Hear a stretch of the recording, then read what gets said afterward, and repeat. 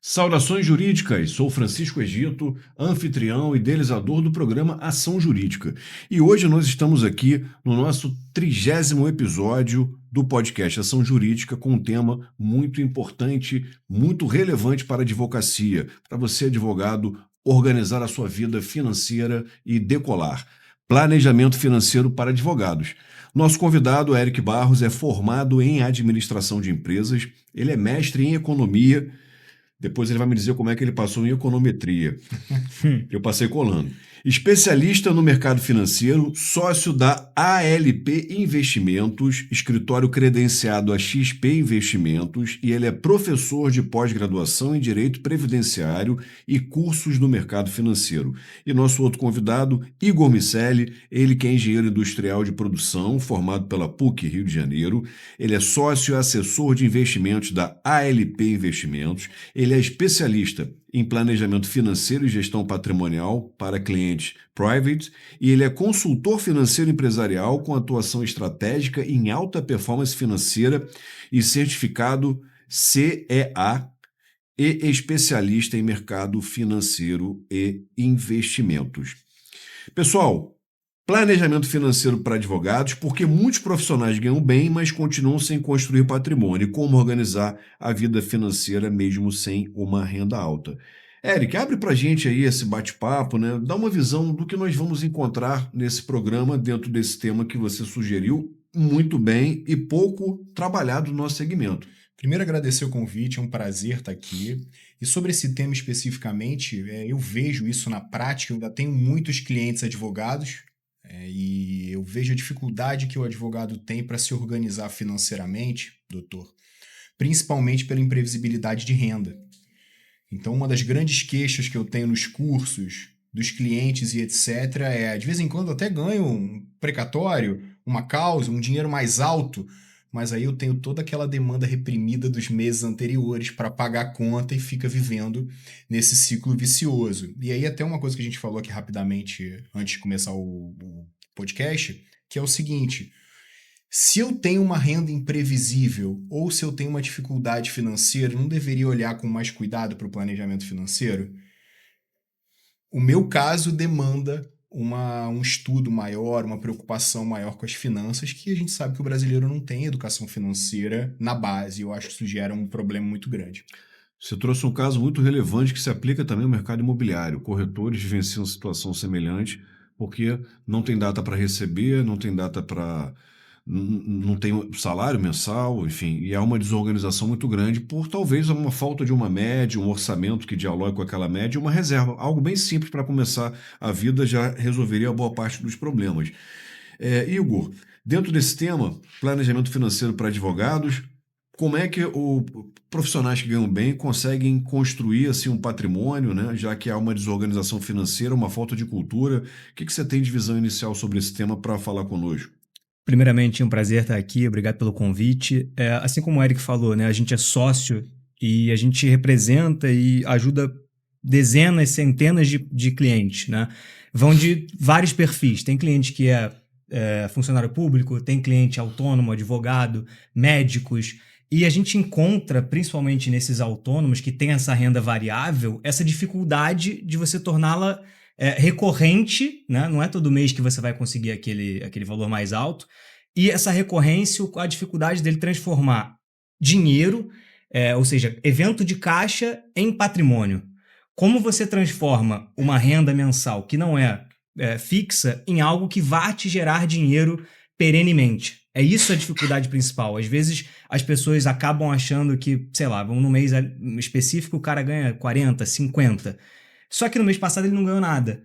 Ele deveria estar pensando isso como a gente pensa, ou algumas pessoas pensam em empresa. Ele deveria pegar aquele valor, dividir, tirar as contas e aí viver só com o menor. Mas às vezes ele pega os 50, ele gasta 50, quando não gasta mais, a gente vê isso muito, né? E aí ele começa a perder, e aí entra uma bola de neve em que ele não consegue se recuperar lá na frente. Então tem que ter muito cuidado nesse momento, nessas grandes entradas, e não tratar isso como um lucro final e acabou.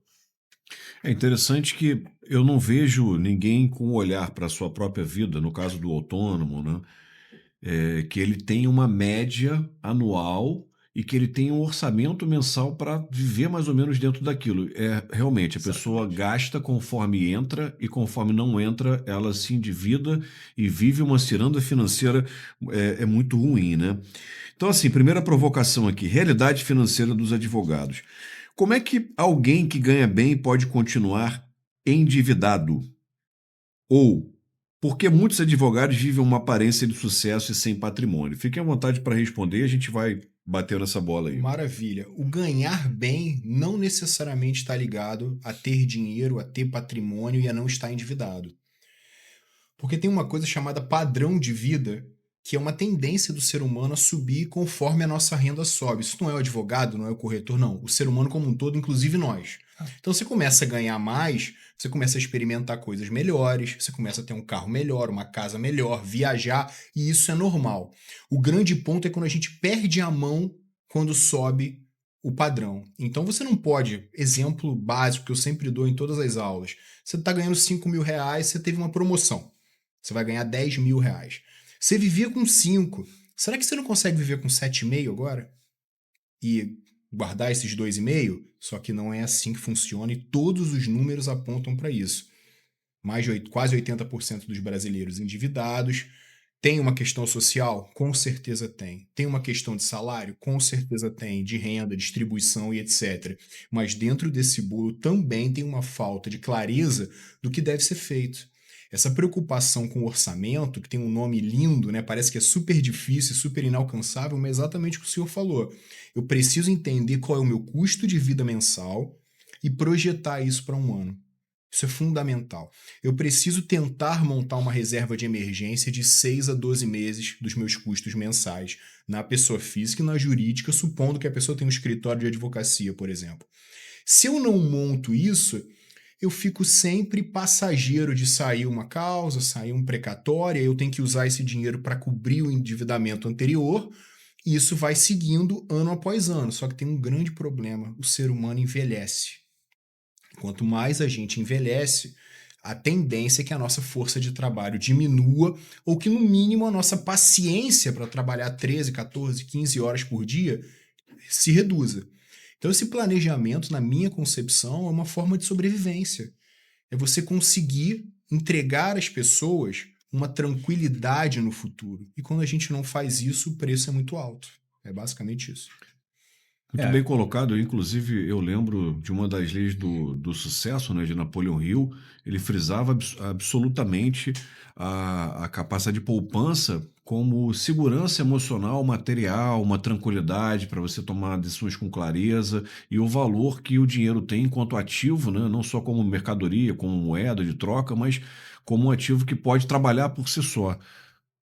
Até acrescentando o que o Eric falou, eu acho que o que também dificulta muito essa capacidade de poupança, esse aumento demais do seu padrão de vida, é que muitas vezes as pessoas, e a gente se engloba, a gente se pega fazendo isso, tá comprando algo que não necessariamente ele quer, ou ele precisa, para impressionar pessoas que às vezes você não gosta. Então, essa questão de aparência, aqui no Brasil tem muito com carro, as pessoas gostam muito de carro caro, financiam em ser máximo de parcelas possível, porque ela não pensa no quanto aquilo vai custar. Ela pensa no, eu consigo com a minha renda atual pagar isso hoje?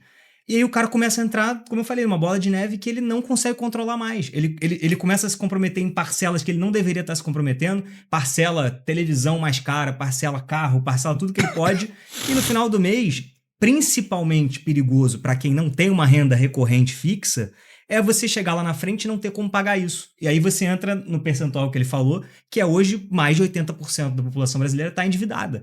Então... É uma ilusão achar que ganhar mais vai resolver os problemas, eu falo por experiência própria.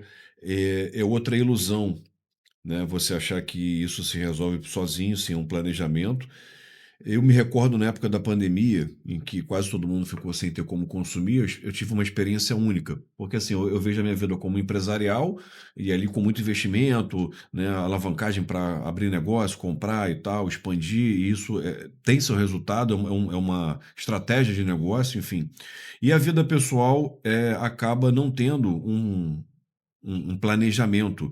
E na época, eu lembro da pandemia que houve uma queda no consumo, eu comecei a ter um controle e mensalmente eu tinha uma reserva financeira que aumentava, coisa que não é da minha natureza. A minha natureza é muito audaz, muito espírito investidor, mais agressivo, enfim. E aí vocês falam, eu estou pensando em uma série de questões que são realmente muito interessantes para reflexão, né? Eu vou fazer uma pergunta para vocês. Por que é quase que um tabu, né, falar de dinheiro, né? As pessoas, não, dinheiro, né, parece que é uma coisa má, parece que culturalmente é sujo, tem essa acepção aí. É realmente cultural. E também o dinheiro, e no Brasil isso vem crescendo muito, principalmente com a internet, essa ostentação, essa necessidade de mostrar que o seu sucesso está atrelado a um Porsche, está atrelado a uma cobertura, isso gera um nível de ansiedade nas pessoas de entender o seguinte: caramba, por que o Igor tem um Porsche e posta isso e eu não tenho? Eu nunca vou conseguir ter, então eu não quero falar de dinheiro, porque isso me gera ansiedade. Só que a relação com dinheiro ela é muito mais complexa que isso. E aí eu trago o primeiro ponto. Maior motivo de divórcios no Brasil é por questões financeiras. Então olha como o dinheiro ele sai um pouco dessa ostentação e entra por um segundo ponto. Um dos principais motivos que geram ansiedade nas pessoas são problemas financeiros. Então a relação com o dinheiro ela é uma relação muito complexa porque ela de fato toma a sua vida com uma força muito grande. É impossível ter paz, tranquilidade dentro de casa, com a sua família, com seus filhos, com a sua esposa, com seu marido, seja lá com quem for, se você tiver com um aluguel atrasado, se você não souber o que você vai comer amanhã.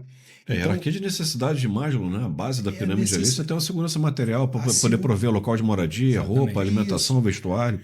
Isso somado a um mundo que hoje vende que todo mundo tem a vida perfeita, que todo mundo que progride e progride muito rápido, uma pessoa de 22 anos tem uma mega mansão, isso começa a trazer para as pessoas um nível de ansiedade e elas começam a repelir a relação com o dinheiro.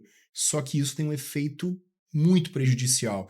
Então eu não olho para minha vida financeira, eu deixo a vida me levar e na hora que eu acordo, com 60, 65 anos, eu tenho um salário mínimo de aposentadoria e aí não dá mais tempo para conseguir corrigir. Então é basicamente isso. Muito bom.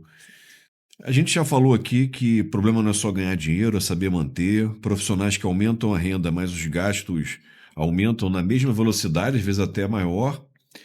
Enfim, você acha que na advocacia, além de tudo isso, né, dessa instabilidade, existe essa questão de uma pressão social para que você se mostre bem-sucedido, que você tenha uma boa aparência, tenha um bom carro, né, comparação com outros colegas, tudo isso tem a ver também com essa questão, e além disso, a falta de educação financeira, ou seja, o profissional é bem-sucedido, se ele é bem-sucedido, ele pode me atender. Como é que eu vou saber se ele é bem-sucedido? Basicamente, pelo que ele ostenta, né? Seria mais ou menos isso dentro desse cenário?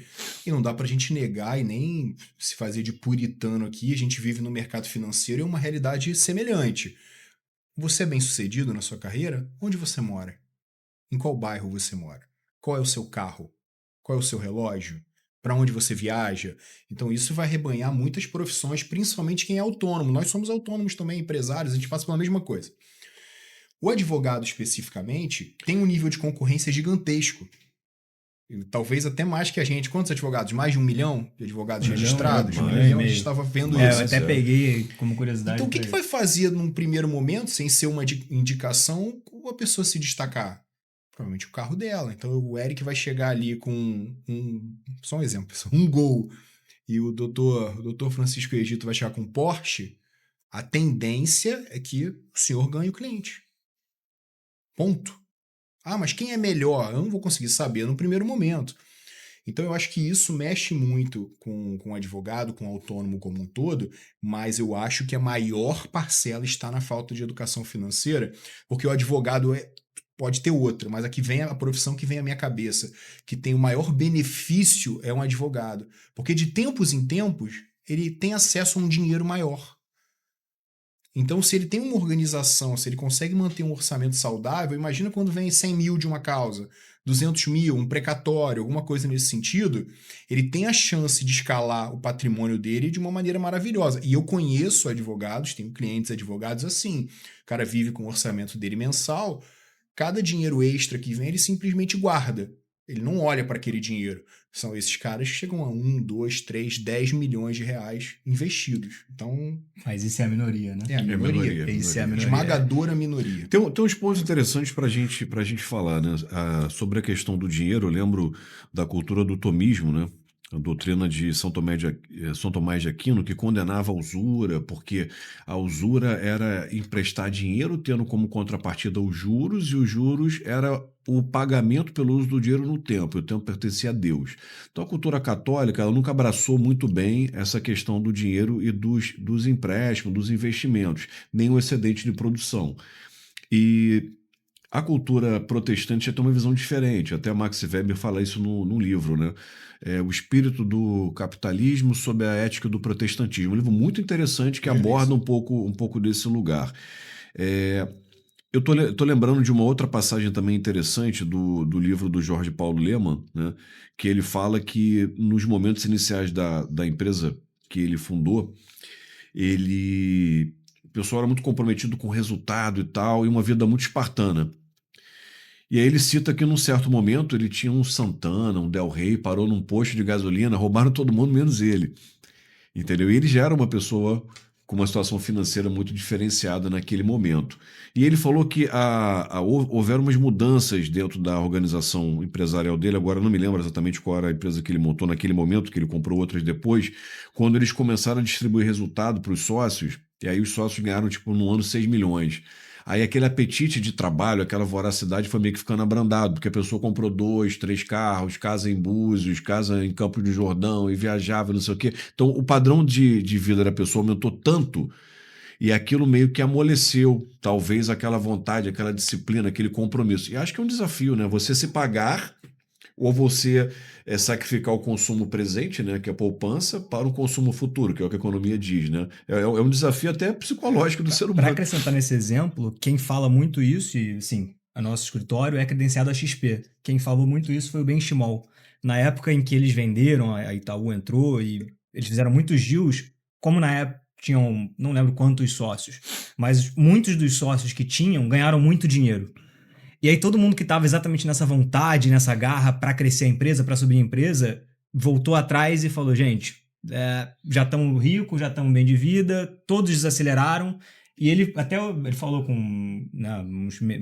tem uns anos já que a gente ouviu isso, mas falando que ele se arrepende um pouco desse deal de ter liberado tanto, exatamente por isso, porque a empresa parou de crescer com aquela garra, vontade. Por outro lado, você entende a pessoa, né? Então teria que achar um equilíbrio aí, né? Olhando pro lado, primeiro, normal, das pessoas normais, né?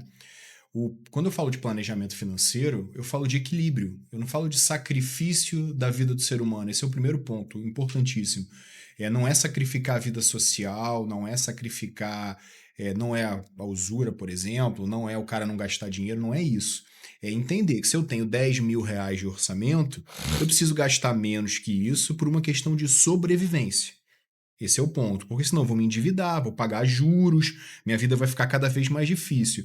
Mas não que ele precise ganhar 10 mil e gastar 4, entendeu? Viver aquela vida muito abaixo, passar necessidade sem precisar. Então eu dou sempre esse exemplo, quem me viu aqui já viu em outro lugar vai reconhecer. Toda sexta-feira eu tomo um vinho e como uma pizza com a minha esposa. Faz sentido cortar esse custo na minha vida? Não. O meu momento com a minha esposa ali, mas se você cortasse, você ia economizar R$1.000. Não estou preocupado com isso. Aquilo ali é um momento que é muito útil para a família. Mas se eu consigo gastar menos do que eu ganho, eu consigo esse excedente, que vai ser o excedente que eu vou usar no futuro, quando talvez a minha energia não esteja tão forte quanto é hoje. Então esse é o ponto. E só para finalizar, de quando você ganha muito dinheiro, é um desafio. Quando você chega no momento que você está com uma renda muito alta, manter a energia só tem um jeito, é o teu propósito de vida. O que você quer chegar? Você só trabalha por dinheiro? Se você só trabalha por dinheiro, a hora que você ganhar dinheiro, acabou. Exatamente. Eu, por exemplo, não. Eu trabalho porque eu amo essa profissão, eu amo ajudar as pessoas, ver a vida das pessoas melhorarem, ver as empresas melhorarem, crescerem.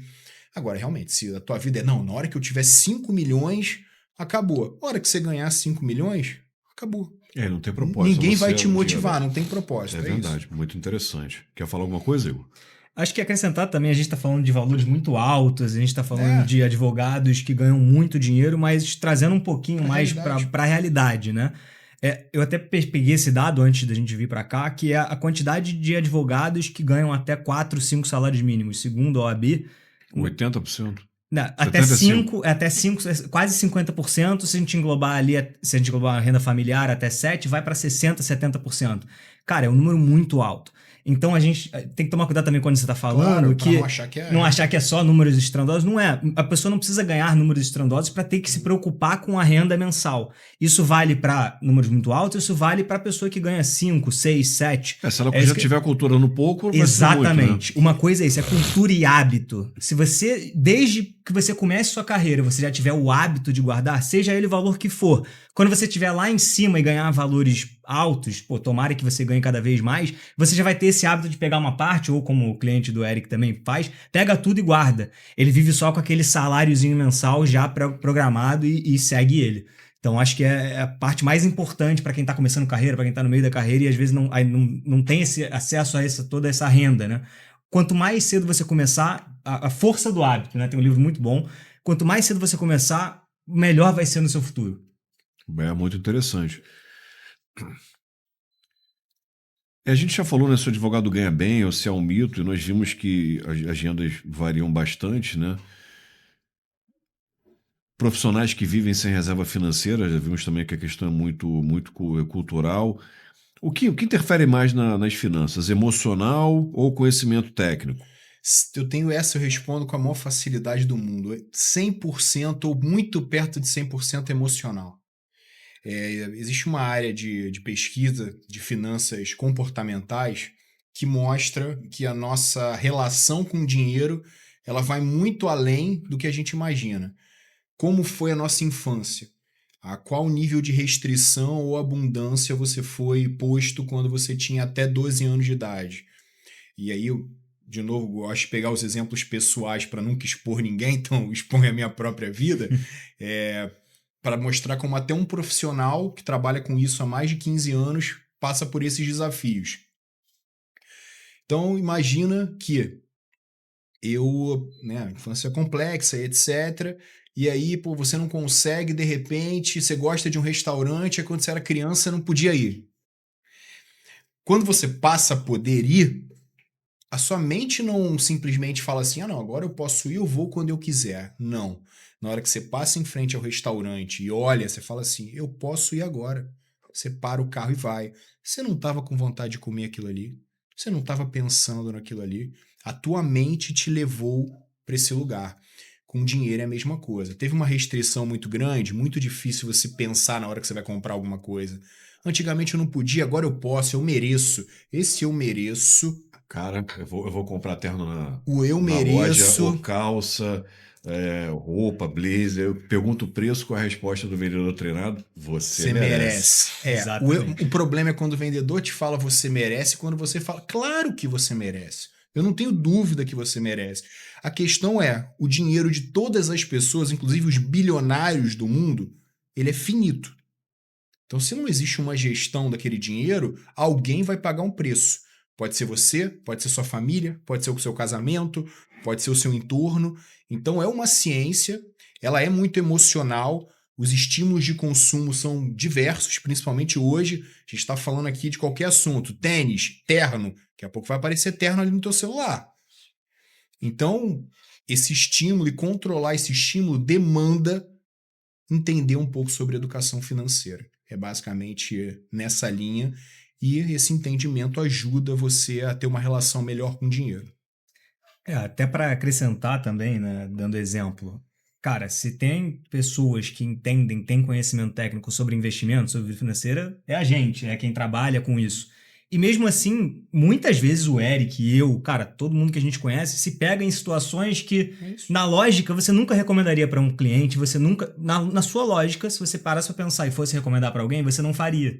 Mas é isso, o psicológico, alguma coisa tá te querendo fazer, tá te levando para aquilo. Eu tenho, assim, algumas coisas minhas são, cara, é muito a vontade de ter e o tédio de possuir. É uma frase que eu gosto muito, porque muitas vezes você quer esse terno, você quer esse sapato, você acha que você vai adorar. Cara, quantas vezes você já comprou alguma coisa, se botou uma vez e fala, pô, muito legal, mereci isso, nunca mais tocou. Pensa aí um pouquinho, quantas que vezes? é o valor no início, né? Então, o valor antes de adquirir, o valor quando você usa nas primeiras vezes, depois perde valor. Exatamente. É isso. O sonho da minha vida era morar na Barra ou no Recreio. Esse era o sonho da minha vida. Eu vivia a minha vida profissional para esse momento. Curto muito, mas nada que se compare ao impacto inicial. Você tem um impacto em quase tudo na vida. Você tem um impacto inicial aqui, desce um pouquinho e equilibra. O consumo é exatamente igual. É o Porsche, o seu sonho? Você vai chegar aqui, vai ser absurdo. Aí daqui a pouco ele dá uma caída e aquilo fica normal. Isso é o seguinte, isso quer dizer que eu não posso ter o Porsche? Claro que não. Isso quer dizer o seguinte, para eu ter o Porsche, isso precisa estar dentro das minhas possibilidades. Eu não posso fazer um mega sacrifício para ter esse Porsche, porque vai ter um impacto muito grande do outro lado. É isso. Muito interessante. Quais são os maiores erros financeiros dos advogados aqui, já numa visão mais profissional, né? Atividade empresarial, independente dele ser PJ ou não, e ele, pessoa física, separar, né? Separar as atividades. Nesse sentido, qual o maior erro que ele comete? Pensando numa pessoa que tem um escritório, por exemplo, para começar o exemplo, misturar as finanças. Então, eu tenho o meu escritório, eu pago minha conta de luz de casa, eu pago minha conta de água. Ah, mas o dinheiro é um só, é uma unipessoal, por exemplo, que eu já escutei essa justificativa várias vezes. Você perde a noção de quanto teu negócio fatura, de quais são os custos da tua casa, de quais são os custos do escritório. Se já é difícil manter uma vida financeira organizada, tendo todos os dados corretos na sua frente, se tiver misturado, você não vai conseguir. E aí, o que vai acontecer no final? O seu escritório vai ter problemas financeiros e você, consequentemente, na pessoa física também. Então, quando você separa, e quando eu falo separar, conta de água, luz e aluguel do seu escritório tá para cá, sua tá para cá, você vai receber um prolabore, distribuição de lucro, seja lá o que for, e vai pagar suas contas, vai ter um caixa no escritório. Você vê como é muito de organização mesmo, não é nada de mágico. E quando você faz essa organização, você consegue entender, olha, meu escritório fatura R$200 mil por ano, por exemplo. Beleza. Meu custo de vida é R$130 mil por ano. Eu tenho um excedente aqui de 70. Monto uma reserva de emergência para o escritório, monto uma reserva de emergência para a minha vida aos poucos. Não precisa ser tudo de uma hora para outra, não precisa ter um corte gigantesco no teu consumo. É só entender que você precisa estar abaixo. E eu nem estou falando ainda da atividade empresarial, que é claro que a gente vai buscar ganhar mais. Na pessoa física não é muito diferente. Então, o que o advogado que ele não tem um escritório, a renda dele provavelmente, se ele não trabalhar num escritório de outra pessoa e ganhar um salário, vai ser imprevisível e ele vai precisar ter um cuidado muito grande com as finanças pessoais dele e ter reserva. Porque essa reserva de emergência aí, pegando o exemplo da pandemia, a pandemia mostrou pra gente que quem não tem reserva de emergência está num momento preocupante. Muitas empresas quebraram por conta de ficar 2, 3 meses fechados. É isso. Não ter prolabore definido é um erro muito grande, que você não separa o trabalho do resultado da atividade, como você bem dito. E aquela expressão, já está certo, pode gastar por conta. Exatamente. É contar com, né? E isso, cara, isso acomete, não é coisa específica de advogados, isso acomete todo mundo que é autônomo, cara. Se você não tem um salário, transforme sua vida para você viver como se você tivesse um salário. Então, se você ganha variável, cara, 5, 3, 10 mil reais, você tem que saber, cara, meus custos são esses, vou viver com 5, o resto eu vou guardar para criar reserva, para criar. Você tem que saber viver com aquilo. Mesmo que você ganhe um salário maior do que seus custos, o restante, você deveria deixar lá e pensar no futuro. Seja para investir no próprio negócio, como você falou, você gosta de investir no próprio negócio. Legal, mas você tem que ter dinheiro para isso. Senão você vai sempre ficar alavancado, e uma hora você não vai conseguir rodar. Entendeu? Então isso vale para todo mundo. Muito bom. E outro problema que a gente percebe também é a aposentadoria. Ninguém planeja, né, o futuro, né? Como é que a pessoa poderia se planejar? Exemplo, a gente falou muito de valores altos, mas um advogado com uma renda dentro da média, né? Qual seria um caminho para ele conseguir se estruturar para frente? Na minha opinião, quando a gente fala de finanças, o ponto mais sensível e importante é a aposentadoria, por tudo que eu já falei anteriormente, essa dificuldade de trabalhar quando você alcança uma idade mais avançada, nem que seja psicológico, de você querer descansar, ficar na praia, etc. Então vamos pensar que o advogado tem disponível R$ 500 por mês, para a gente não falar de valores absurdos. Eu sei que muitas pessoas não têm R$ 500 por mês disponíveis, mas vou tentar colocar nisso. Ele precisa ter a reserva dele de emergência de 6 a 12 meses, dos custos mensais dele, e precisa planejar a aposentadoria. Definir uma data, uma idade. Então, eu quero me aposentar com 65 anos. A gente supõe que ele vai ter alguma coisa do INSS, que seja um salário mínimo, vamos pensar aqui no básico, e ele vai ter que investir em alguns títulos, principalmente títulos públicos, com a data, casando com a data de aposentadoria dele. E aí, não é o Eric dizendo, o governo federal lançou o Tesouro Renda a Mais, que é um título específico de planejamento de aposentadoria. Então, o governo federal está te dizendo assim, olha, se preocupa com isso aqui, porque isso é um problema. Então, você pega ali o dinheiro e coloca todo mês no Tesouro Renda a Mais. Você vai receber por 20 anos, após a data da sua aposentadoria, mensalmente, como se fosse um salário. Você pode fazer uma previdência, você pode investir no Tesouro IPCA. Estou falando de investimentos de baixíssimo risco que vão te entregar uma renda na aposentadoria. Mas, sem dúvida nenhuma, esse é o problema 01 de todos os seres humanos. No Brasil mais, né, do que nos outros lugares, mas a aposentadoria é uma dor e um problema muito grande.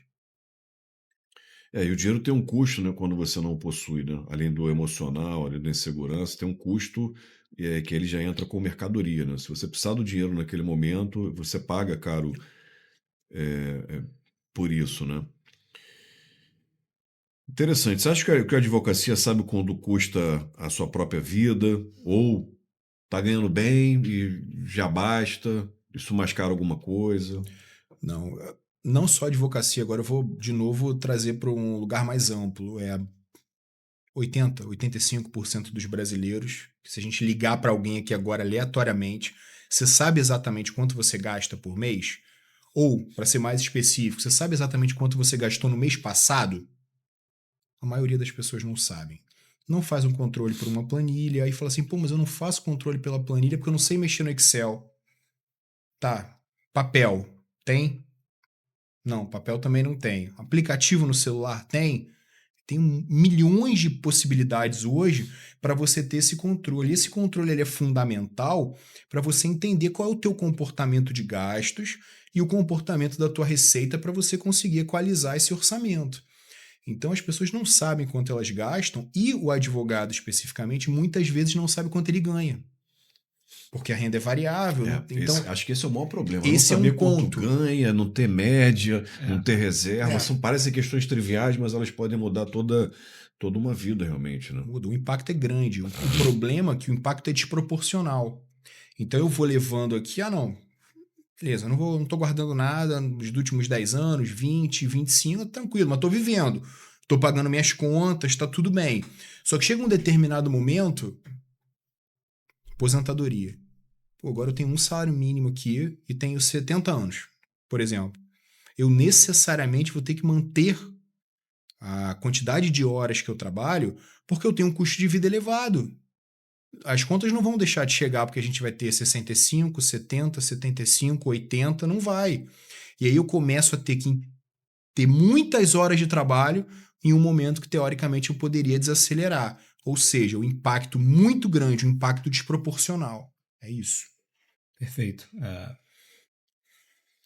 É bem interessante. O que a gente pode falar? Renda variável e estabilidade financeira. Como organizar a vida, como lidar com meses excelentes e meses ruins, como ter uma previsibilidade financeira, como resolver esses problemas para a construção de caixa pessoal e profissional. Primeiro, quer falar? Posso.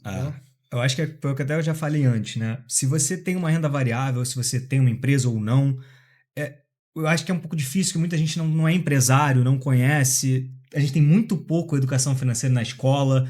Quem não se interessa por isso realmente não sabe, mas você tem que se tratar como uma empresa, mesmo você não sendo um empresário.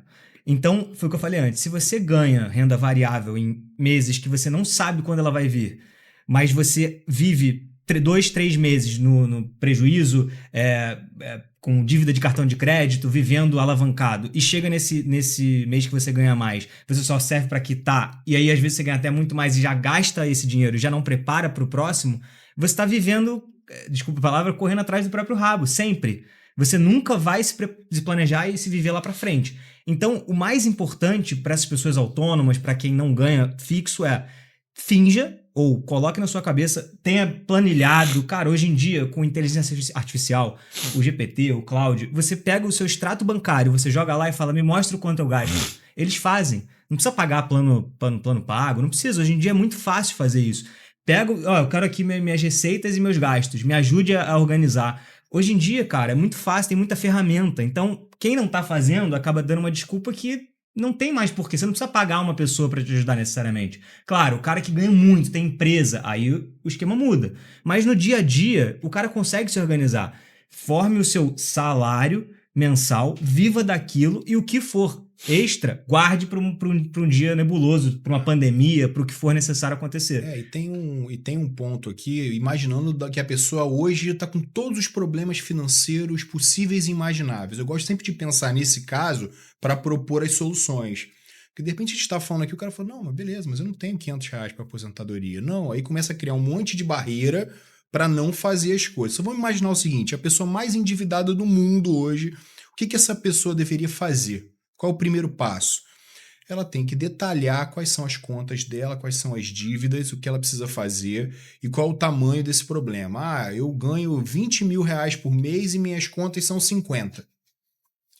Já deu o primeiro passo, você já sabe qual é o seu problema. E aí, por mais óbvio que pareça, só tem duas soluções. Ou você vai cortar gastos para encaixar isso aqui, ou você vai ter que aumentar a sua receita. E aí uma coisa que eu não vejo as pessoas falando sobre planejamento financeiro é o seguinte, existirão momentos que sua única solução é gerar mais receita.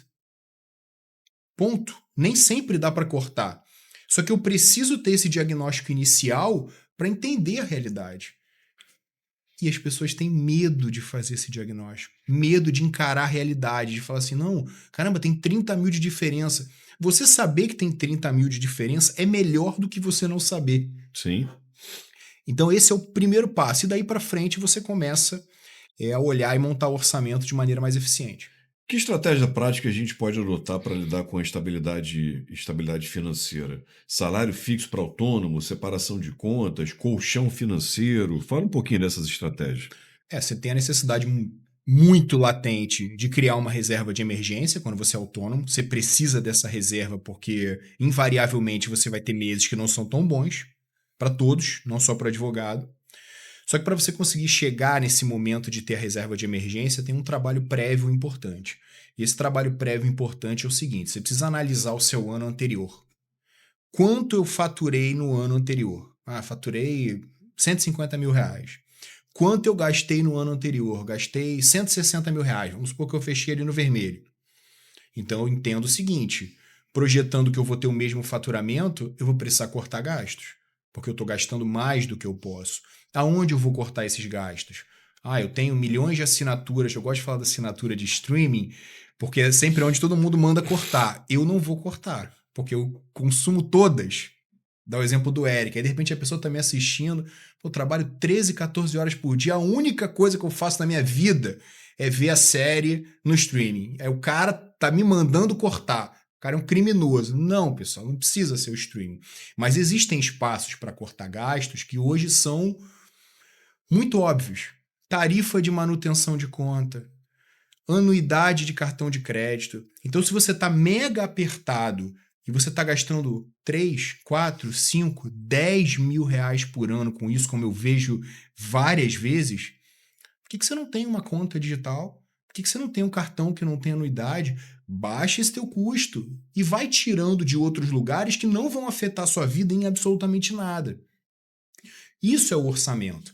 Até que você chega num momento saudável em que te sobra dinheiro. Quanto? pô, sobrar 30, 50 reais por mês para você investir, você já está num local melhor do que você estava no ano anterior. E você vai melhorando progressivamente conforme o seu aumento de renda, mas você já conseguiu dar o primeiro passo. O primeiro passo é conseguir investir pelo menos por 12 meses. Então você está com um orçamento saudável por 12 meses, 30, 50, 100 reais. Do 13º mês para frente, a disciplina já tá em você e você vai conseguir avançar. Vamos falar da pressão social e a aparência de sucesso. Em determinada religião, a gente tem até uma frase muito interessante que fala o seguinte: não tenha muito mais do que o necessário para a sua condição ou classe social. Ou seja, mesmo na religião já se reconhece que você precisa, para transitar naquele local, né, que tem ali, né, com relação à fala, à maneira de se comportar, de se vestir, costumes, você precisa ter uma adequação. Mas aí entra o exagero ou entra a forçar essa imagem ou essa aparência. Qual o peso disso para a advocacia? Muito em linha com o que a gente falou anteriormente, o advogado ele vai viver da imagem dele. E a imagem dele está atrelada às coisas que ele tem. Acho que todo autônomo é assim, basicamente. O problema é o nível de sacrifício que ele vai ter que ter para conseguir se adequar a essa figura. Então, eu preciso ter um mega carro para conseguir conquistar clientes? Ok. Será que esses clientes que eu vou conquistar são suficientes para pagar esse carro? Se não, essa conta não fecha. Em algum momento isso vai ser cobrado. Mas que existe a pressão e que as pessoas medem as outras, por isso eu tenho a total certeza. Talvez, inclusive nós, que estamos sentados aqui hoje. Será que a gente não avalia as pessoas pelo jeito que ela se veste, pelo carro que ela tem, pelo bairro que ela mora, pela casa que ela mora? Eu acho que isso é uma questão da sociedade, né? Processamento esquemático, né? Você já tem esquemas para compreender a realidade, aquilo vai no automático, mas você tem um senso crítico para refletir. Eu acho que é a parte bem importante em cima disso. Frases fortes. E aí tem a ver, né, com a necessidade de parecer vencedor, sucesso financeiro artificial e endividamento silencioso. Mas frase forte. Tem advogado rico no Instagram e quebrado no boleto. Verdade. Mito? Não, verdade. Fato ou fake? Fato, com certeza. E de novo, não só advogado. Então é o cara que pegou ali um Porsche, uma BMW, às vezes alugada, às vezes nem é comprada. Alugado? Alugado. Muito comum. Muito comum. Muito comum. Não é só em Balneário não, pra você sair na foto? Não, aluga 2 dias. Lá é uma atrás da outra, né? Aí compra ali um Porsche para vender curso, e então aluga, cara, loucura. Então existe. E o cara não tem, dinheiro para pagar a conta de luz. Então existe isso, existe. Porque ele sabe, mas por que ele faz isso? Isso é o importante a gente entender. Porque isso vende. Vende. O padrão de vida sobe antes do patrimônio existir, Igor. Com certeza. É o que a gente falou desde o início, né? O mais difícil para o autônomo e para todo mundo você não pode subir o seu padrão de vida o mesmo nível que a sua renda sobe, que você às vezes consiga uma segunda renda, uma terceira renda, ache rendas diferentes para você, né, compor a sua renda mensal. Se você começar a viver com 90, 95, 100 ou pior, em muitos casos, 110, 120, 200% do que você ganha, você nunca vai ter um patrimônio. E esse é o problema. As pessoas não conseguem diferenciar uma renda de patrimônio. Quanto você ganha hoje? Se você ganha 50 mil, 100 mil... Cara, eu tenho clientes médicos que ganham 200 mil reais por mês, 150 mil reais por mês. E o patrimônio não condiz com a renda. Por quê? Porque ele ganha 200 mil, 150 e gasta 160. Eu tenho um cliente que, cara, o aluguel dele é 70% da renda mensal dele. Claro, com todos os gastos que ele tem ali. Tem noção disso? O cara mora de frente para a praia, um status que ele quer manter, porque é minha esposa, não sei o quê... O cara, no momento que ele começar a diminuir de trabalhar, se ele quebrar uma perna, se ele tiver qualquer problema, e aí? Ele vai fazer o quê? 300 mil por mês é muito ou é pouco de renda? Vai depender. É isso. Um aluguel, 75. Você ganha 300. Teu aluguel é 75. Parcela do teu carro é 60. O teu condomínio é 20. O seguro do seu carro é 10. A escola ou a faculdade dos seus filhos, 20 cada um. Vão fazer medicina. Quando você olha para essa conta toda, 300 não é muito mais. O 300 dessa pessoa equivale a 3, 4, 5 mil de uma pessoa que tem uma vida normal. Essa é a ilusão de que ganhar muito realmente não quer dizer. Claro que é muito mais fácil você gerir um patrimônio que tem uma renda maior. Isso é inegável. Então a pessoa está com um problema financeiro, ela ganha 300 mil reais por mês, está endividado. É muito mais fácil resolver o problema dela, eu não tenho dúvida disso. Mas não quer dizer nada ganhar tanto assim.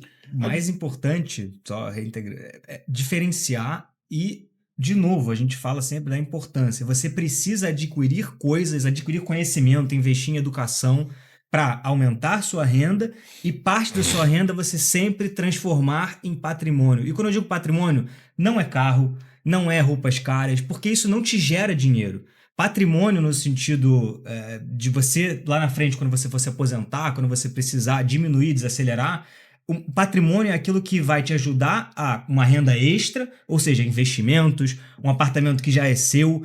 Muita gente hoje defende alugar apartamento, deixar o dinheiro no banco e viver disso. Cara, uma coisa é financiar um carro, que a grande maioria das vezes é uma burrada, porque você está pagando muito mais do que você deveria naquele carro. Mas você financiar um apartamento, dependendo de muitos casos, vale muito a pena. Você fazer um consórcio de apartamento, o consórcio ainda tem uma outra vantagem, que é esse tipo de pessoa, seja autônomo, ou advogado, ou médico, às vezes não consegue ter como eu falei, né, a frequência de sempre guardar. Então, ter algumas ferramentas que forçam você a investir, forçam você a guardar dinheiro, são muito importantes. E aí a gente volta naquele tema do psicológico, do emocional. Se você não consegue de jeito nenhum guardar dinheiro, talvez você tenha que obrigatoriamente guardar dinheiro. E a gente usa isso com muitos clientes. Essa é uma ferramenta importante. E aí agora contextualizando tudo que a gente falou. Então beleza, o cara escutou tudo que a gente falou e ele botou em prática na vida dele. Então agora tá sobrando R$2.000 todo mês, ele paga todas as contas. Chegamos no clima. Chegamos. R$2.000. Ele olha para aqueles R$2.000 e ele fala assim, caramba, fiz sobrar. Aí ele pensa, pô, vou sair para jantar, vou viajar, não sei o quê. Zero. E aí a gente vê isso muito. Agora, se ele tem um boleto ali, de repente, para pagar, sei lá, consórcio, uma previdência, alguma coisa nesse sentido, ele paga e não sobrou 2.000, sobrou 500. Aí ele torra os 500. Mas ele está construindo patrimônio. Eu já achei que a gente fosse falar do sobrar para então investir, né? Eu achei que fosse esse o ponto. Né? Não. É o ponto. Deveria ser. A gente vai chegar... Esse é o ponto que a pessoa já está totalmente educada. Então ela já não sofre mais esse desespero de ver o dinheiro sobrando. Às vezes as pessoas, quando vem esse dinheiro na conta, tô no verde. Ou então, de novo, entrar nos advogados ou quem tem essa renda maior. O cara vê o dinheiro na conta e pensa, caraca, tô rico. Tá na hora de gastar, tá na hora de trocar de carro. Tá na hora de fazer qualquer coisa, menos pensar eu preciso investir esse dinheiro porque lá na frente eu não sei o que vai acontecer. Então, é muito difícil controlar essa ânsia, né, de querer ter, de querer possuir, mas é algo que é extremamente importante. Já que a gente falou em construção de patrimônio, né, investimento e construção de patrimônio. Diferença de renda e patrimônio. Renda basicamente é o que a pessoa ganha, patrimônio é o que a pessoa consegue construir com o que ela ganha. Então é aquela história novamente, não importa quanto eu ganho, o que eu consigo construir com a renda que eu tenho hoje? Qual é o patrimônio que eu vou ter, por exemplo, na minha aposentadoria? Agora chegando no ponto de investir, que o doutor pediu. Então, sobrou o dinheiro, eu estou educado. Vou formar minha reserva de emergência de 6 a 12 meses dos meus custos mensais, vou colocar o dinheiro em algum produto de liquidez diária. CDB do seu banco, para não puxar sardinha para a gente. Tesouro Selic, que você pode investir Tesouro em qualquer lugar. Tesouro Reserva agora, que foi lançado há pouco tempo. Então, o Tesouro é título público, tá? Então, montei essa reserva de 6 a 12 meses, tá de lado, tô protegido. O autônomo, prioritariamente, deveria ter 12, né? Pela estabilidade de renda que ele tem. E aí eu vou investir para aposentadoria agora. E aí eu vou todo mês colocar um dinheiro em alguns dos títulos que eu falei. Tesouro Renda a Mais, Previdência, Tesouro IPCA e etc. Quero comprar minha casa. Porque a gente também não pode carimbar o sonho das pessoas, né? Então, porque o Eric acha que a aposentadoria é o mais importante, mas de repente uma pessoa que está assistindo a gente não está nem aí para aposentadoria. Importante para ela é comprar uma casa. ela vai fazer o mesmo planejamento, ela vai se planejar para comprar uma casa, com investimento, ou com consórcio, ou com qualquer coisa do tipo. Então, mas o ponto mais complexo dessa história toda é fazer sobrar o dinheiro. Se a pessoa consegue fazer sobrar dinheiro sem ficar ansiosa com esse dinheiro ali na conta dela, a gente vai alcançar bons resultados. A solução não é que os advogados procuram, que é só trabalhar mais para ter mais renda, então? Ou botar o dinheiro para trabalhar é o caminho para a liberdade financeira? Eu acho que é um mix dos dois. Você sempre tem que estar buscando uma renda maior. Né? Acho que isso é normal de todo mundo. Todo mundo aqui, todo mundo que está assistindo, cara, quer ganhar mais para ter uma vida melhor. Seja ela qual for, pô, eu quero viajar mais, eu quero um apartamento mais caro, eu quero ter mais filhos. Esse aqui gosta muito de ter filho. Então ele é um que pensa nisso. Então você tem os seus objetivos. Você aluga alguma criança no final de semana? Ele hoje não aluga, mas você tem que estar pensando quais são os seus objetivos de vida, guardar para aquilo, se planejar para aquilo. E aí, cara, uma coisa muito importante também, foi o que o Eric falou mais cedo.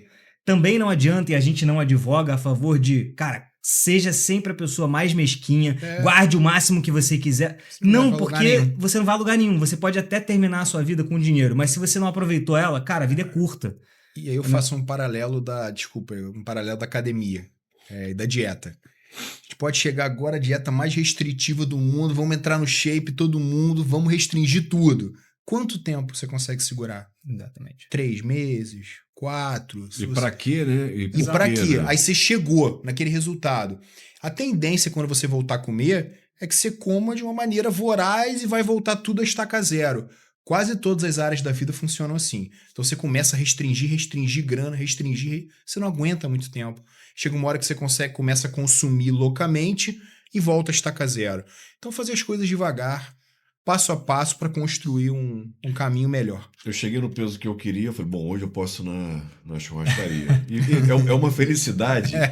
Eu tinha que arrumar 2 áreas, né, da minha vida. Uma foi a questão do peso, eu consegui ajustar, e a outra é a questão financeira, porque essa ansiedade de investir, de comprar, de fazer empresarial, ela, por si só na área empresarial, também deve ser bem avaliada, mas na vida financeira a gente acaba entrando no mesmo embalo, né? Acho que a ansiedade é o mal do homem moderno.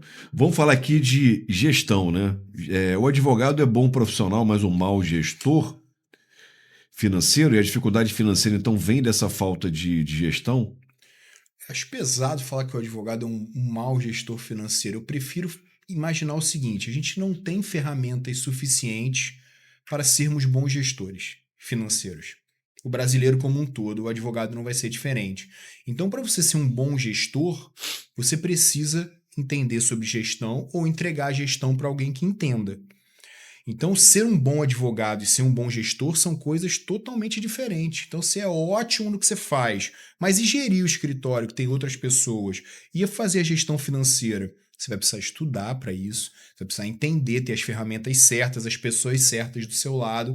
Então não é que seja um mau gestor, eu acho que as pessoas não têm as ferramentas adequadas para conseguirem atingir o resultado necessário. Aí entra um ponto muito interessante, que é, muitas vezes você, advogado, a gente é consultor. Muitas vezes o cara é médico, é autônomo, é fisioterapeuta, que eu lido bastante. Vale a pena você parar a sua vida no que você é muito bom, parar para estudar tudo, desde o básico, como gestão, fazer um curso, ou então você contrata alguém, um bom profissional. Aí ele vai ter que despender o recurso mais raro e mais escasso dos dias de hoje. Tempo.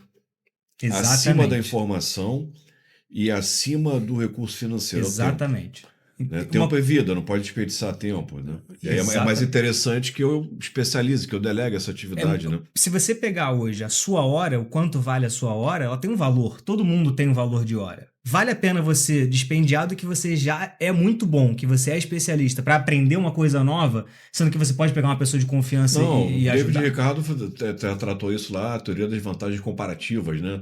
Portugal e Espanha, um vendia vinho ou tecido e cada um se especializava naquilo que sabia e tinha mais vantagem na troca do que você produzir aquela outra atividade, deslocar esforços, recursos, enfim, isoladamente, né? É uma leitura.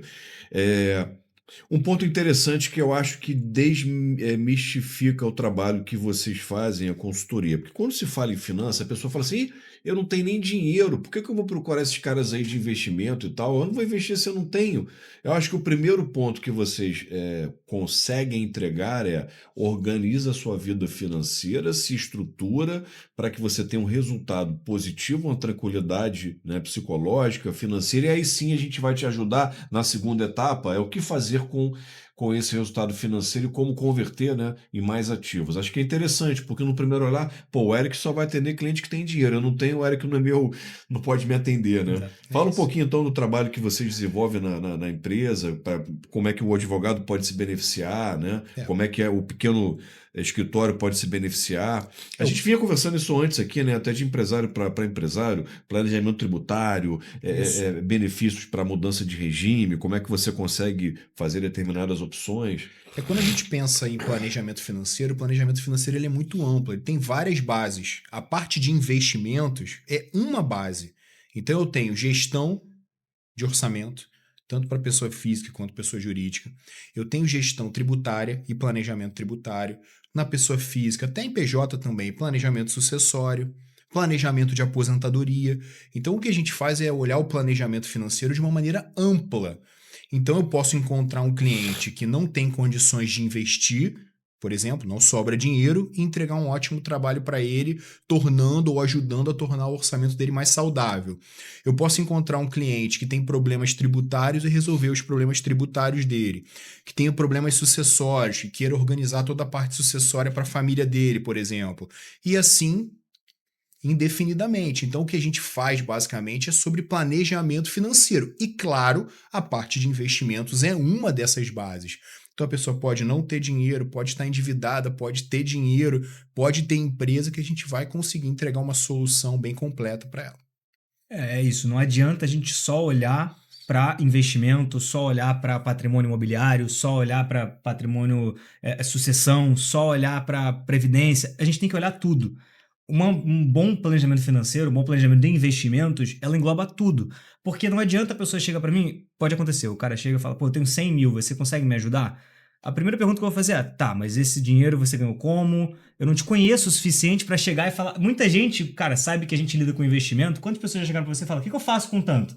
Todo churrasco. Aleatoriamente. Aleatoriamente. A pessoa chega e fala, pô, eu tenho tanto, sobrou ali, o que eu faço? Ainda bem que vocês trabalham com investimento. Eu tenho um amigo que trabalha em medicina numa outra área, que as perguntas são um pouco diferentes. E às vezes o cara se irrita, né? Pelo menos é sobre isso. Sempre tem o tio, a pessoa, o me primo. Indica uma ação aí. Me indica. Todo lugar que eu vou. Fala uma ação aí pra gente ficar rico rápido. Então, assim... Soluções simplistas, né? Infelizmente, as pessoas querem a coisa rápida, simples e imediata. E não é o que a gente faz. Tem que olhar tudo. Porque eu não posso recomendar algo para uma pessoa de 80 anos, uma coisa de longo prazo de 10, 20 anos. Qual o sentido disso? Assim como eu não posso pegar uma pessoa jovem, mas que quer comprar um apartamento daqui a 2 anos e prender o dinheiro dele por 10.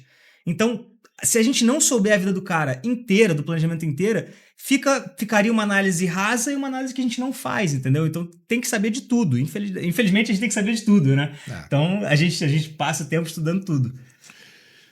Como transformar a renda em liberdade financeira? Vamos investir em Unidas Boi Gordo, lembra disso? Isso tem um problema, né? Olha, mas assim, eu vou te falar uma situação. Meu pai já dizia, ele falava assim, meu filho, se alguém botar uma banquinha aqui em frente vendendo dinheiro, vai ter gente que vai lá comprar. É impressionante. Então, assim, promessas, eu fico às vezes perplexo. Eu tinha um amigo que trabalhava comigo no escritório, na advocacia, e surgiu uma oportunidade de eu comprar uma empresa e tal, a pessoa estava parando, tinha lá uma carteira de administração de imóveis, aquela conversa que nós tivemos antes. Aí eu falei com ele, olha, eu tô sem dinheiro, né, o amigo de infância Gilberto. Pô, Giba, eu tô sem dinheiro e tal, será que você não quer entrar? Não, que esse dinheiro é meu, da minha mulher, e não sei mais o que a gente... Pô, né, não pode desfazer não, amigo. Pô, desculpa, eu entendo bem, o dinheiro estava aplicado lá, ele tem 2 filhas, enfim. Aí foi correr atrás de recurso com o banco e tal para fazer a operação. Passou um tempo, a gente atendeu um cliente do jurídico que tinha uma franquia de sanduíche, né, ele tinha adquirido. Aí ele, assim, estava para adquirir, queria que nós olhássemos o documento da franquia. Aí veio um camarada altamente, assim, excêntrico é pouco, Ele senta na mesa com uma camisa do Botafogo da Paraíba. O camarada, ele veio de um lugar assim, muito, muito simples, mas ele não saiu desse local e não tinha uma mentalidade de negócio, ele apenas tinha uma ideia, que a ideia dele era a seguinte: ele ficou durante muito tempo provando todo o cardápio do Bob's e do McDonald's, e ele desenhou os cardápios dele com ingredientes, e ele vendia uma franquia, assim, ele ensinava você a fazer aquele sanduíche, ele dava os ingredientes, só que faltava muito além disso, faltava montagem de equipamento, instalação, marca, toda uma visão mais técnica, né? E aí, mas é que ele sentou na mesa, começou a conversar, e esse meu amigo, ele parou para prestar atenção, ele botou a mão no queixo, ele ficou olhando igual um passarinho olhando para uma cobra, entendeu? Aí acabou a reunião e tal, eu falei, cara, tu vai botar seu dinheiro nisso? Eu pedi para você me emprestar para uma operação que você sabe, você está aqui dentro, você sabe como roda, como funciona, que é segura, mas você foi cair no canto da sereia. Não, mas ele falou que se eu botasse ali tanto, ia dar 30 mil por mês. Não, tira 10 mil que ia ser roubado, ia sobrar 20, se eu botasse tanto. Falei, cara, que subjetividade é essa? Que promessa é essa? As pessoas acreditam em promessas idílicas, né, de paraíso. Então, assim, como transformar renda e liberdade financeira sem ser algo mirabolante, pirâmide, esquema de Ponzi, mas de maneira real e concreta. Só uma parte muito breve sobre essas questões de pirâmide. Esse é o seguinte: não tem nada que fuja à taxa Selic, que é a nossa taxa básica de juros. É um pouquinho para mais, um pouquinho para menos, essa é a realidade, e em renda variável você vai correr um risco muito alto. Qualquer tipo de promessa de rentabilidade muito além disso, você pode ter certeza que é uma pirâmide ou é um golpe. Eu gosto de falar dessa... E por que ainda tem gente comprando? Tá igual o Pablo Escobar, né? Enquanto os Yankees consumirem, elas vão produzir. Sempre saem duas pessoas de casa, né? E aí eu não vou dizer quem é cada um desses personagens. Então, sempre saem dois. Quando eles se encontram, não tem negócio. É sempre assim. E aí eu faço uma pergunta. Imagina que existe um jogador de futebol, subjetivo, tá, pessoal, que é capaz de colocar 30 milhões em uma pirâmide. Prometeram 4% ao mês, ele botou 30 milhões. Um ser humano que teve o talento dele, ganhou dinheiro merecidamente, e ele simplesmente... Podia ter contratado a LP Investimentos, né? Exatamente. O cara botou 30 milhões e perdeu o dinheiro. Caso real, vocês pesquisem aí, pessoal, quem é esse jogador. E vários outros... O cara não pulou da ponte depois disso não, gente? E vários outros famosos. Esse é o caso famoso dos jogadores do Palmeiras, que botou, 6, um 6, outro 8, Esmeralda. Não tinha Esmeralda, não tinha nada. O cara acreditou, mas era o companheiro dele de time. Tudo bem. O grande ponto é que não tem milagre.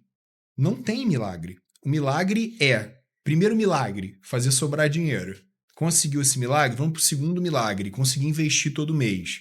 Você vai investir nas coisas mais básicas que existem, renda fixa, tesouro direto, até você ter uma base financeira grande para você ir avançando para as milhares de opções e boas opções que existem, mas que exigem um nível de conhecimento maior. A gente fala de perfil, né, conservador, moderado e arrojado, mas eu acho que para chegar no arrojado não é só o seu perfil, é uma trajetória. É uma trajetória investindo há muitos anos, entendendo o mercado há muitos anos, aí você começa a experimentar outros ativos, ações, fundos imobiliários, entendendo que são ativos de alto risco, que são bons, mas que têm alto risco. Eu já tive um amigo que perdeu um apartamento e de herança um apartamento dele da esposa por investir em derivativos, renda futura. Derivativo assim. Provavelmente. Vira pó, basicamente, né? É alavancagem, é um nível de risco ainda mais elevado. Acrescentando o que o Eric falou, é isso. A pessoa, todo mundo tem ânsia. A ansiedade que você falou é uma coisa muito ruim na vida da pessoa, porque acha que você tem que fazer tudo muito rápido. É difícil a gente advogar cara, a constância e você fazer devagar vai te levar lá. O maior investidor do planeta é o Warren Buffett. Sempre que perguntam para ele como é que você fez, ele fala, cara, eu tive constância, eu fui devagar. Mas ninguém quer aquela coisa devagar. A pessoa quer botar R$1.000 hoje e sair com 2.000 amanhã.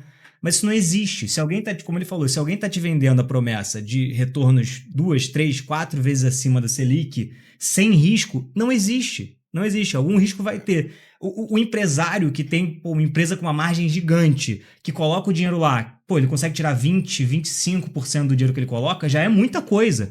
E qual o tamanho do risco que esse cara tá correndo por ter uma empresa? Ou não vai tirar, né? Teve o pessoal da Apple ficou 25 anos, Steve Jobs, né? Sem tirar distribuição de lucro, reinvestindo para aumentar.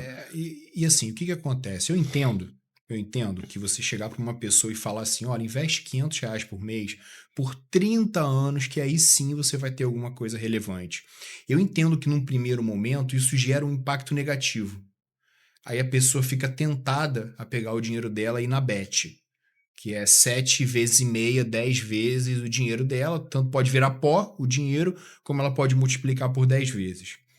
Só que não tem nenhuma chance de se sustentar por 30 anos. Se eu fosse jogar uma vez, né, de repente, sobrou aqui R$1.000, né? Tô a fim de arriscar. O cara joga na Bet, ele tem chance de sair com 7 mil, não é isso? 12 mil.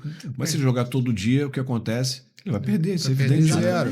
Então a dica é, não joga nem a primeira. E aí isso é um ponto sempre que a gente precisa falar. As pessoas chegaram num nível em relação às apostas esportivas que afetaram o faturamento dos supermercados.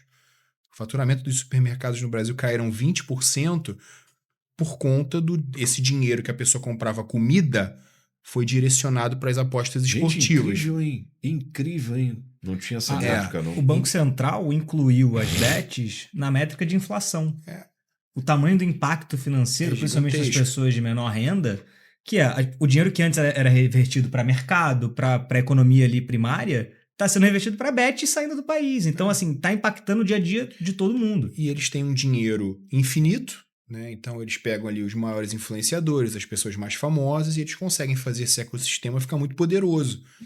Gente, no país que já não tem cultura financeira, você entrar numa promessa dessa de bet e achar que vai sair enriquecido. E aí, acho que, eu não tenho certeza se já foi batido o martelo ou não, mas estão querendo proibir ou já proibiram. E aí eu queria outra métrica, essa a gente não vai ter. E os impactos na economia informal do jogo do bicho, hein? Que a besta né?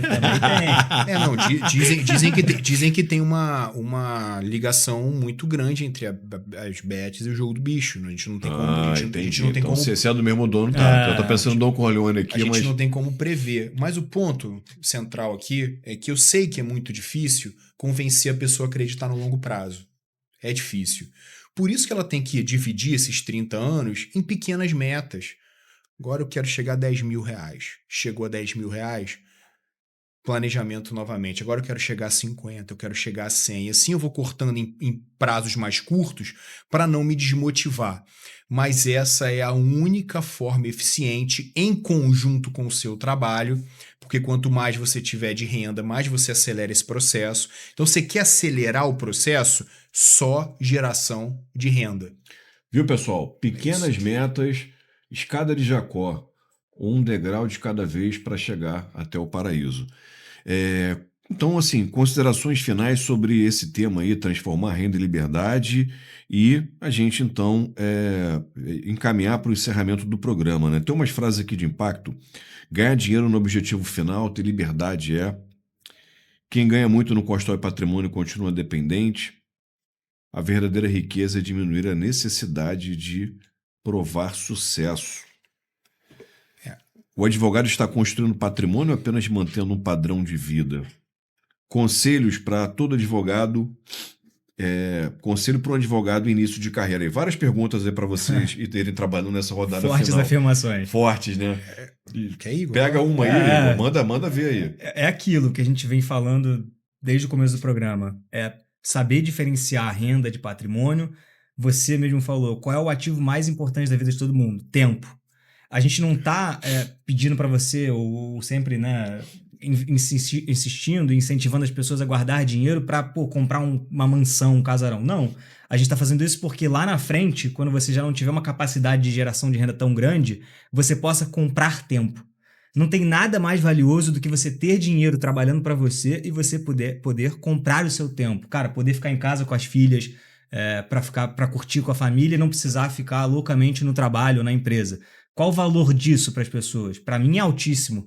Então eu trabalho muito, invisto, guardo para no futuro poder ter liberdade financeira, de tempo, de vida, de poder fazer as escolhas que eu quero. Eu acho que isso é o mais importante para todo mundo. O nosso trabalho, basicamente, ele consiste em tentar levar as pessoas até a liberdade financeira, que não é rápido, que não tem um milagre, não tem uma fórmula mágica. Mas eu não consigo ver nada mais valioso do que você ter uma renda proveniente do teu patrimônio, pode ser imóveis, dos teus investimentos, caindo na sua conta, que seja suficiente para pagar todo o seu custo de vida. E te dar a possibilidade de trabalhar ou não. Eu não vou entrar no mérito do propósito, que a gente já discutiu aqui. Eric, se você chegar nesse patamar, você vai parar de trabalhar? 99,9% de chance de não. Não é o que eu quero, não é o plano da minha vida. Mas você chegar nesse patamar te traz um nível de tranquilidade para lidar com a sua família. E aí, de novo, a gente começa a conectar as coisas. Você tem esse nível de tranquilidade, você não vai terminar o seu casamento por problemas financeiros. Você não vai ter ansiedade por conta de dinheiro. Você pode ter por outro motivo, mas por esse você não vai ter. Então você começa a blindar a sua vida. Você não vai ter ali o desespero dos seus filhos não estudarem num bom colégio, de não morar num bom lugar, de não ter um bom carro, de não conseguir viajar. Então você começa de questões financeiras, você blinda a sua vida. O tempo é o ativo principal? Mas é um negócio muito mais amplo. Quando você chega nesse momento da sua vida, que pode ser quando você estiver um pouco mais velho, sim, 60, 65 anos, você passa a ter um nível de liberdade gigantesco, inclusive, de repente, para seguir o seu propósito profissional. Hoje a gente tem 3 empresas, 4 empresas. Não, eu quero seguir isso aqui porque eu não sou dependente financeiramente disso. Eu vou atrás do propósito, da construção, de mudar a vida das pessoas. Esse é o poder do dinheiro, na minha opinião. Muito bom, muito bom. Eu Conselho acho para advogado no início de carreira. muito bom essa pergunta, que eu ia falar disso. Essa parte de você chegar lá, né, seja daqui a 20, 30, 40 anos ou até mais cedo, se você tiver uma excelente empresa, conseguir muito dinheiro e quiser diminuir, ótimo. Mas eu acho que a liberdade e ter esse dinheiro guardado, ela traz uma liberdade mais palpável no presente, que é a seguinte: você é advogado, você tem cliente. Cara, a gente tem clientes. Às vezes tem um cliente que enche o teu saco. Mas você tem que estar ali porque ele te dá uma renda e você tem que, entre muitas aspas, aguentar ele. Só que se você tem no banco um dinheiro guardado que te dá uma renda parecida com essa, você tem a liberdade de escolher tirar esse estresse da sua vida porque você já tem essa renda ali guardada, isso no momento presente. E às vezes você não precisa aguentar algumas coisas do dia a dia hoje porque você já tem isso. Então você, como ele falou, você não precisa focar só daqui a 30, 40 anos. Você pode focar mais no presente e poder viver melhor hoje porque você tomou essa decisão há 5, 10 anos atrás. Estamos nas considerações finais? Já? Então. Fica à vontade, pode fazer alguma síntese, sobre. pegar um ponto que a gente não abordou. Não é a última rodada, não. Se quiser pegar alguma questão que a gente ainda não falou, fica à vontade para desenhar. Sobre o advogado que está começando a carreira, a pessoa que está começando a carreira, que está começando a ganhar dinheiro, esse é um momento ideal para a gente conseguir colocar todos esses conceitos que a gente falou aqui. É muito mais fácil convencer a pessoa que está no início de carreira e que tem um tempo ainda de construção muito grande, porque o esforço dela vai precisar ser menor. Ela precisa de pouco dinheiro.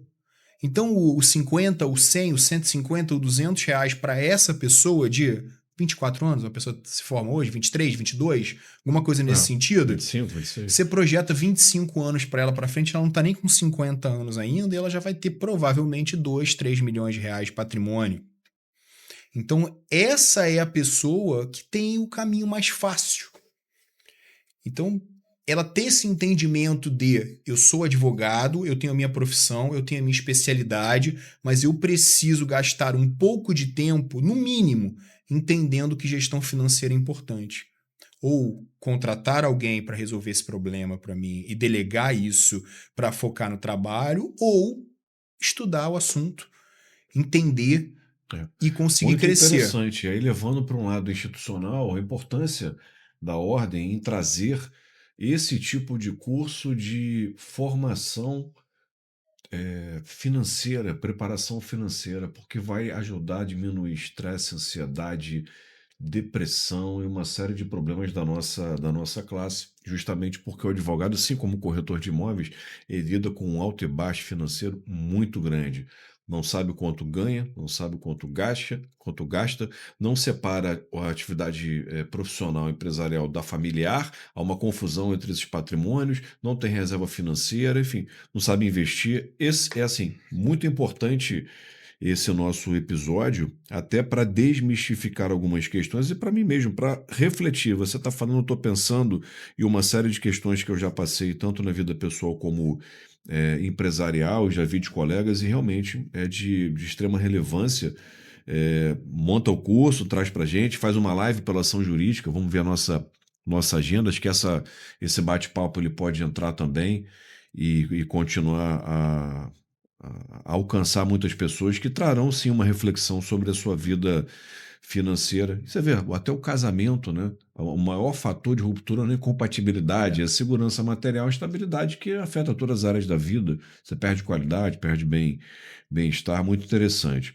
Bom, algum tema que você não abordou, que eu não trouxe para vocês debaterem, que você queira falar? Algum serviço que você possa prestar, alguma questão que você queira colocar, senão aí sim eu vou para a rodada final de síntese desse nosso episódio. Só deixar registrado que a gente tem toda a estrutura para conseguir entregar todos esses serviços que foram falados aqui, um foco muito grande em planejamento financeiro como um todo, tanto da pessoa física quanto da pessoa jurídica. Uma parte educacional muito forte que a gente tem também. Então, quando eu falo parte educacional, não é de vender o curso para as pessoas, não. É de que os nossos clientes são educados. Então, a gente se preocupa também, o doutor vai ser nosso cliente. Então, a gente se preocupa em mostrar para ele o que está sendo feito, qual é o racional, quais são os próximos passos, como esse orçamento foi montado. Então, esse educacional eu acho que soma muito na vida das pessoas para que em algum momento elas talvez sigam sozinhas ali. Então, os contatos estão aí, da Alp, os meus contatos, que vocês precisarem, eu estou à disposição. Prazer grande estar aqui.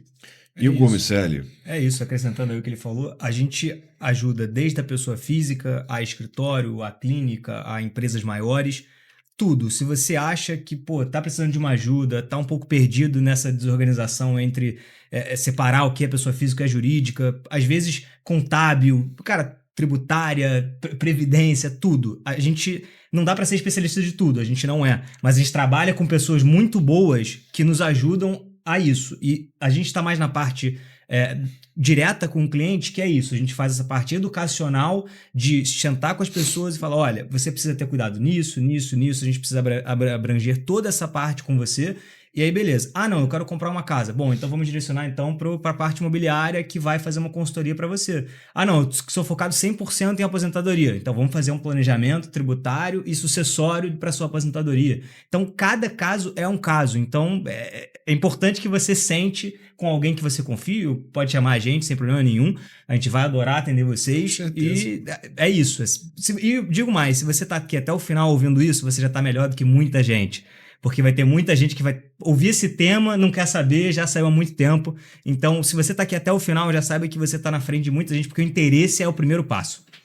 Olha, muito bom, realmente me surpreendi com o conteúdo e eu falo para vocês. O Eric talvez não saiba, né? Eu fiz ciências contábeis, atuo profissionalmente, tenho escritório nessa área, que ensina muito relação patrimonial, né? Já que o patrimônio é objeto da ciência da contabilidade. Eu fiz administração, a gente lida com organizações, finanças, pessoas. Fiz ciências econômicas também, né? Atuo como gestor de negócios imobiliários e tudo. Mas a questão principal o conhecimento ele é muito importante. A questão principal é a vivência, é a aplicação, é levar para a sua vida privada também. E olha, eu digo a você, passei aqui refletindo, inclusive essa educação financeira, né? Segredos da Mente Milionária, Mais Esperto que o Diabo, As Leis do Sucesso, muita coisa passou por aí. Psicologia financeira, Psicologia financeira também. Pai Rico, Pai Pobre, é o clássico. Pai Rico, Pai Pobre. Clássico, muito bom. A Arte de Gastar Dinheiro é um livro recente do mesmo autor do Psicologia Financeira. O nome é A Arte de Gastar Dinheiro. Sensacional. Nossa, livros assim muito maravilhosos, porque trazem todo esse conhecimento, né, o acadêmico e o do desenvolvimento pessoal, coloca a gente num lugar de reflexão. Para que consumir tanto? Né? Para que trocar de carro todo ano, a cada 2 anos? Né? Por que eu preciso do carro tal e qual? O custo que isso vai ter, questão do consumo presente e a poupança, que é um diálogo básico da economia. Então, assim, programa muito importante.